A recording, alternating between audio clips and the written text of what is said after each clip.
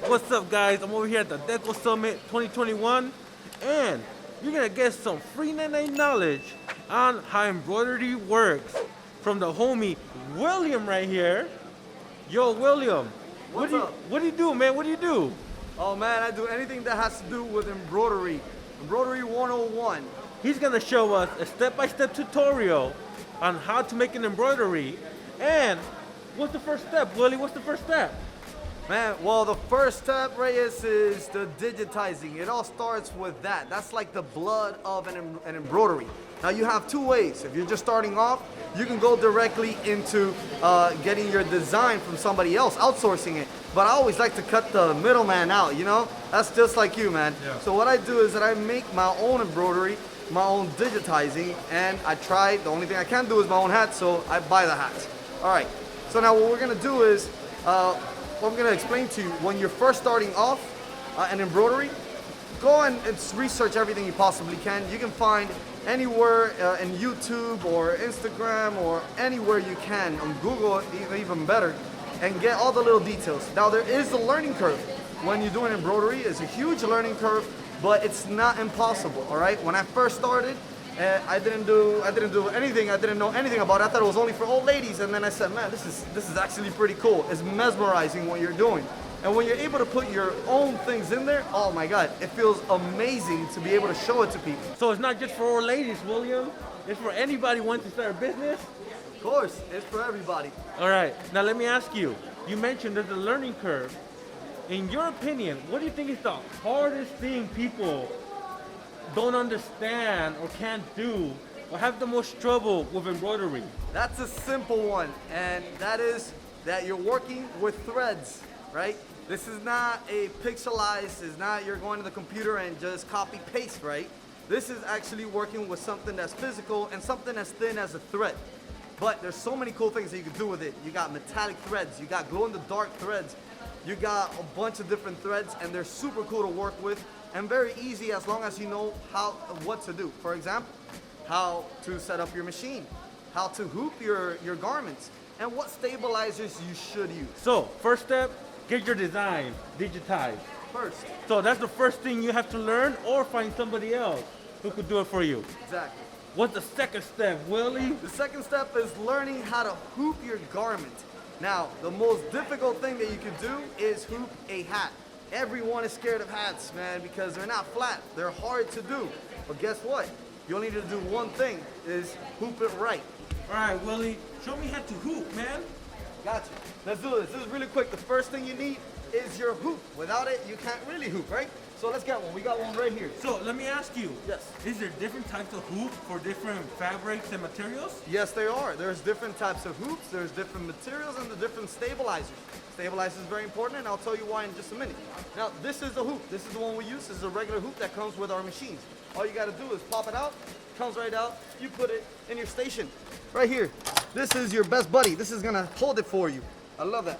So the next thing you need is your actual garment. Now, this one hat is really, really tough, so I'm not going to put any stabilizer in the back or anything, right? If it wasn't like this, then I would need to use it. So we're in a good one here. What's the stabilizer used for? So stabilizer, the name says it all.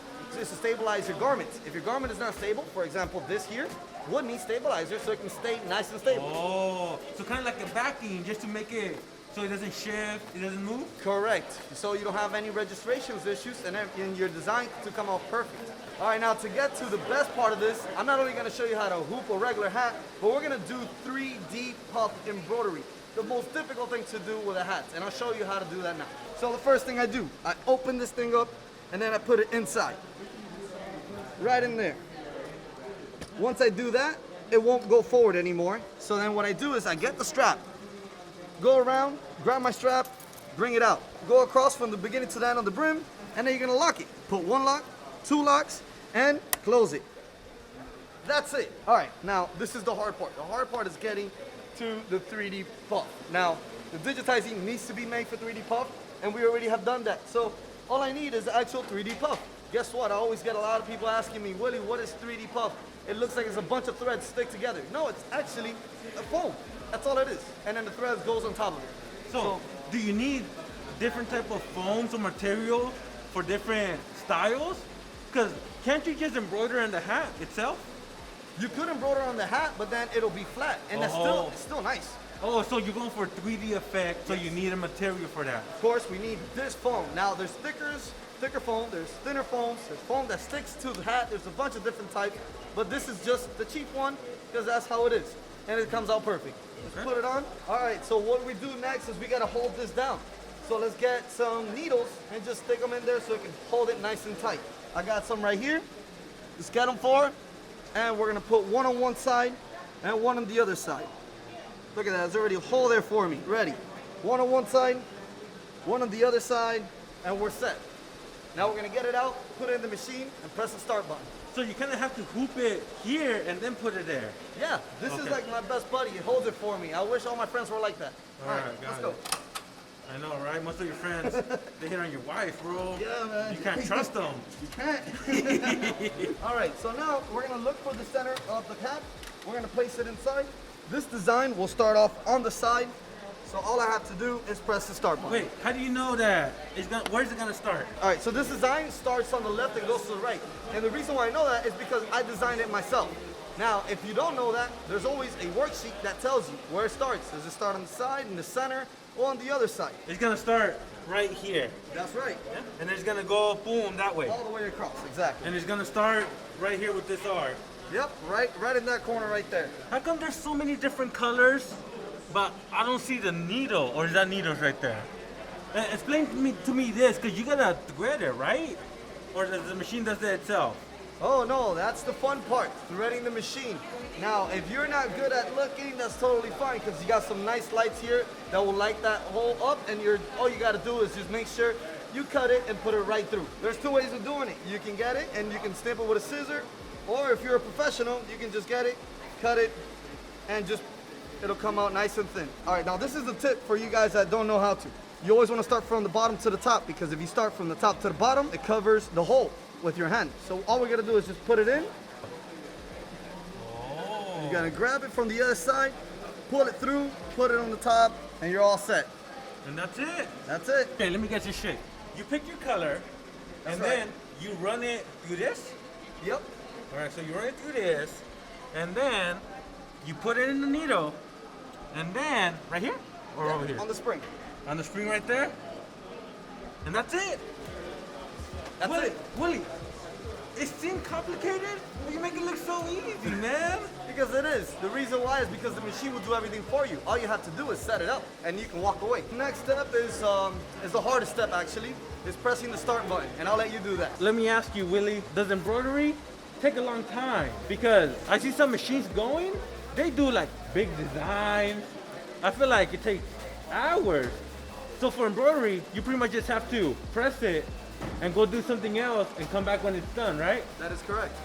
But if you have 1, 2, 3, 12 heads right here? It'll go out in minutes. In minutes, right? Because you're doing so many. Yep. All right, all right. So now there's another thing, is the speed of your machine. If your machine is running slow, then it's gonna take longer. But these machines run at 1,000 stitches a minute, so think about it. If you have 10,000 stitches, which is a lot, it's gonna take 10 minutes. Now we have a 12 head, so we're gonna do 12 in 10 minutes. Well, there you go. Embroidery doesn't seem that hard now. But Willie, what if people want more information about embroidery and Ricoma? Where can they go? You can go directly to Ricoma.com. You can go there. You can go on Instagram and search Ricoma, or you can even go on YouTube and watch me on my YouTube channel in Ricoma, called Embroidery Hub. So there I teach everything that has to do with embroidery and all the machines, and I use all the stabilizers and all the kind of things that might seem confusing, and I explain it to you in simple terms like I just did. So there you go. You want to include embroidery to your t-shirt business? Go check them out. I'll put everything in the description below. And if you like this video, press the like button. Don't forget to subscribe. And I'll see you in my next video. Bye, everybody.